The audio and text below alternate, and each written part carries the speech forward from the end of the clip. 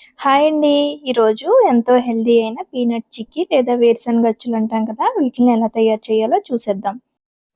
ముందుగా వేరుశనగల్ని సిమ్‌లో పెట్టి బాగా వేగించుకోవాలి. హై ఫ్లేమ్‌లో పెడితే మాడిపోతాయి. సిమ్‌లో పెడితే దోరగా వేగుతాయండి. ఇప్పుడు వేరుశనగలు ఒక గ్లాసున్నర తీసుకుంటే గ్లాసు బెల్లం వేసుకోవాలి. ఈ కొలత కరెక్ట్‌గా సరిపోతుంది.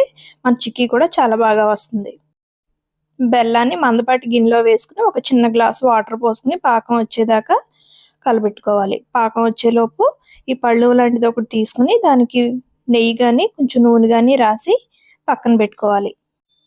పాకం అయిందో లేదో గిన్నెలో వాటర్ పోసుకుని అందులో వేసి చూసుకుంటే టక్మంటే ఇరిగిందంటే పాకం పర్ఫెక్ట్‌గా వచ్చేసినట్టండి. మనకు పాకం వచ్చేసింది కాబట్టి 2 స్పూన్లు నెయ్యి వేసుకుని ఇప్పుడు వేపించి పక్కన పెట్టుకున్న వేరుశనగలు కూడా వేసుకుని బాగా కలుపుకోవాలి. బాగా కలిపిన తర్వాత ఫ్లేమ్ ఆఫ్ చేసేసి ఇప్పుడు ఈ పళ్ళులో వేసేసుకోవాలి. సరే అలా రావాలి మనకి. కరెక్ట్‌గా వచ్చింది. గిన్నెని వదిలిపెట్టి వచ్చేస్తేనే ఆ పాకం కరెక్ట్‌గా వచ్చినట్టు అనమాట. ఇప్పుడు ఒక గ్లాస్ కానీ ఒక గిన్నె కానీ తీసుకుని దానికి నెయ్యి రాసుకుని ఈ పళ్ళు అంతా స్ప్రెడ్ చేసుకోవాలి సమానంగా. ఇప్పుడంతా సమానంగా వచ్చింది కదా! ఒక నైఫ్‌కి కొంచెం నూనె రాసుకుని ఇప్పుడే లైట్‌గా ఘాట్లు పెట్టుకోవాలండి. బాగా చల్లారిన తర్వాత మనకి షేప్ కరెక్ట్‌గా రాదనమాట. ఘాట్లు పెట్టుకోవడం వల్ల మనకి ఇలాగా అచ్చొచ్చినప్పుడు కరెక్ట్‌గా ఇరుగుతుంది. చూసారా ఎలా వచ్చిందో?